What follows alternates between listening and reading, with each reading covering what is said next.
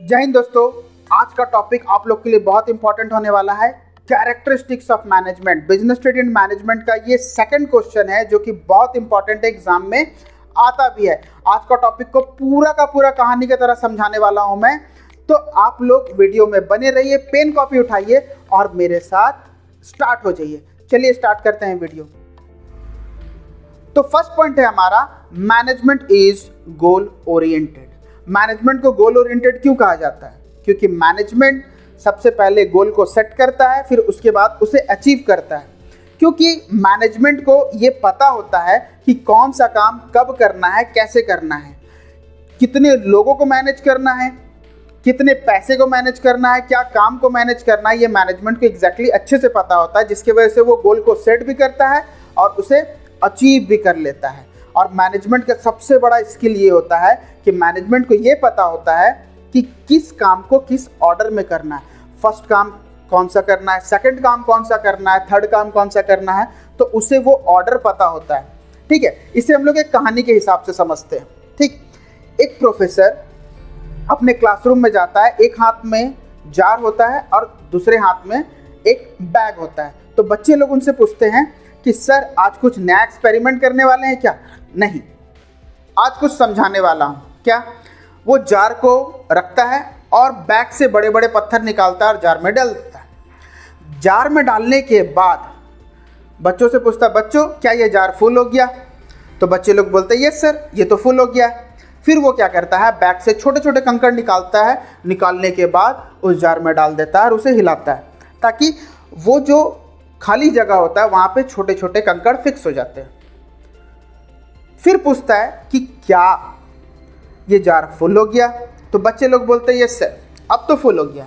फिर वो बैग से रेत निकालता है, रेत निकाल के वो जार में डालता है। जैसे ही जार में डालता है, बच्चे लोग को बोलता है कि अब बताओ। बच्चे लोग बोलता है यस सर, अब तो फुल हो गया है।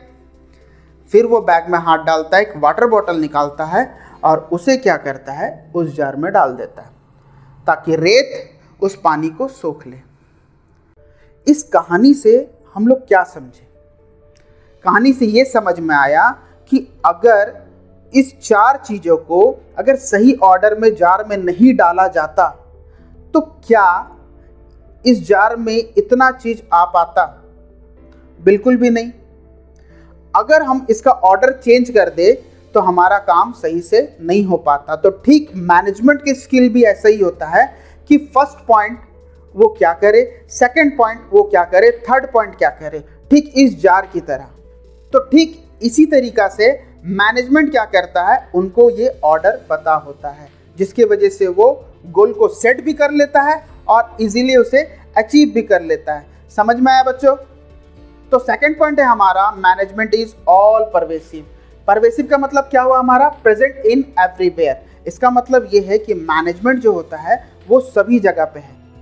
ठीक है, सिर्फ बिजनेस के लिए मैनेजमेंट नहीं होता है, चाहे वो स्पोर्ट्स हो, पॉलिटिक्स हो, डिफेंस हो, एजुकेशन हो, इवन आपका घर क्यों ना हो, सभी जगह पे मैनेजमेंट होता है। आप अपने पापा को देखो, सुबह उठते होंगे, उठ के फ्रेश होते होंगे, नाश्ता करते होंगे, ड्यूटी के लिए निकलते होंगे, वहाँ सारा काम खत्म करके शाम को आके आप लोग के साथ भी टाइम बिताते होंगे, आपका होमवर्क करवाते होंगे। देखो कितना टाइम मैनेजमेंट कर रहे हैं। ठीक है, अरे वो सब छोड़ो ना, तुम लोग अपने आप को देखो ना बे।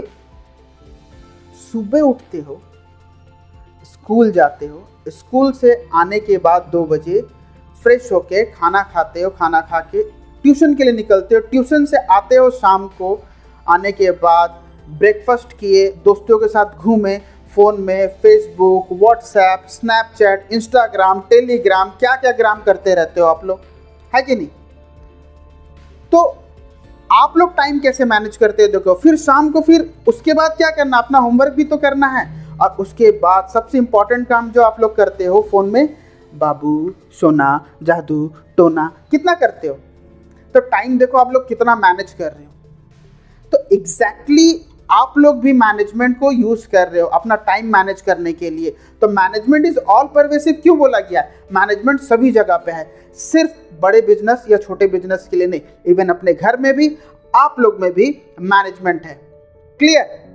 तो थर्ड पॉइंट है हमारा, management is continuous process. Management को कंटिन्यूअस प्रोसेस क्यों बोला जाता है? क्योंकि मैनेजमेंट जो अपना काम होता है, मैनेजमेंट का प्रोसेस को करते हुए कंप्लीट करता है। सबसे पहला प्रोसेस क्या होता है हमारा, हम लोग पहले वीडियो में भी पढ़े थे, planning, then organising, staffing, directing and controlling. Management अपना गोल अचीव करने के लिए सबसे पहले क्या करता है? प्लानिंग, उसके बाद ऑर्गेनाइजिंग, उसके बाद स्टाफिंग, उसके बाद डायरेक्टिंग, उसके बाद हमारा कंट्रोलिंग। जैसे ही गोल अचीव हो जाता है वो क्या करता है? फिर से दूसरे काम की ओर जाता है। फिर से प्लानिंग, फिर से ऑर्गेनाइजिंग, फिर से स्टाफिंग, फिर से डायरेक्टिंग, फिर से कंट्रोलिंग। ठीक है, इसे एक कहानी के हिसाब से समझते हैं। एक ऑर्गेनाइजेशन में एक न्यू मैनेजर को अपॉइंट किया जाता है। बोला जाता है कि आपको एक काम सौंपा जा रहा है, ठीक है, 15 दिन के बाद आप मुझे वो काम को कंप्लीट करके दो, ठीक है ना। तो मैनेजर क्या करता है? 3 दिन पूरा कंटिन्यूअसली काम करता है। कंटिन्यूअस काम करने के बाद वो क्या करता है? सबसे पहला पॉइंट जो हमारा है ना, प्लानिंग, प्लानिंग का ब्लूप्रिंट बनाता है। ब्लूप्रिंट बना के जाके बॉस के हाथ में थमाता है। बोलता है, सर आपने 15 दिन दिया था, मैंने 3 दिन कंटिन्यूअस काम करके आपको ये काम सौंप रहा हूँ, ठीक है। बॉस बोलता है, अरे वाह, 15 दिन का काम 3 दिन में कंप्लीट कर लिया तुम, वाह शाबाश। तो जैसे ही उस फाइल को खोलता है तो बॉस को पता चलता है कि ये exactly planning, organising, staffing, directing and controlling किया ही नहीं है, सिर्फ और सिर्फ प्लानिंग का ब्लूप्रिंट ला के दिया है। बॉस तुरंत बोलता, अबे टोपा हो गया क्या बे? हाँ, प्लानिंग तो हमारा फर्स्ट स्टेप है ना, अभी ऑर्गेनाइज आप कहाँ किए? ना स्टाफिंग किए, ना डायरेक्टिंग किए, ना कंट्रोलिंग किए। जाओ और पूरा काम मुझे 15 दिन में सौंपो। वो जाता है, फिर से ऑर्गेनाइजिंग, स्टाफिंग, डायरेक्टिंग, कंट्रोलिंग करता है और उसका ब्लूप्रिंट बना के बॉस को सौंपता है कि लीजिए बॉस, ये काम पूरा हुआ। तो ठीक उसी तरीका से हम लोग यहाँ पे क्या देखेंगे कि हमारा प्लानिंग से लेके कंट्रोलिंग तक जो प्रोसेस कंटिन्यूअस चल रहा है एक काम के लिए, इसीलिए मैनेजमेंट को बोला जाता है कि मैनेजमेंट इज कंटिन्यूअस प्रोसेस। वो एक गोल को सेट करता है, गोल को सेट करने के बाद ये 5 प्रोसेस यूज करके उसे अचीव करता है, देन दूसरे गोल की तरफ जाता है, फिर 5 प्रोसेस यूज करता है, फिर तीसरे गोल की तरफ जाता है, फिर 5 प्रोसेस यूज करता है। इस तरीका से कंटिन्यू वो काम करता है, जिसके वजह से इसे कंटिन्यूअस प्रोसेस बोला जाता है।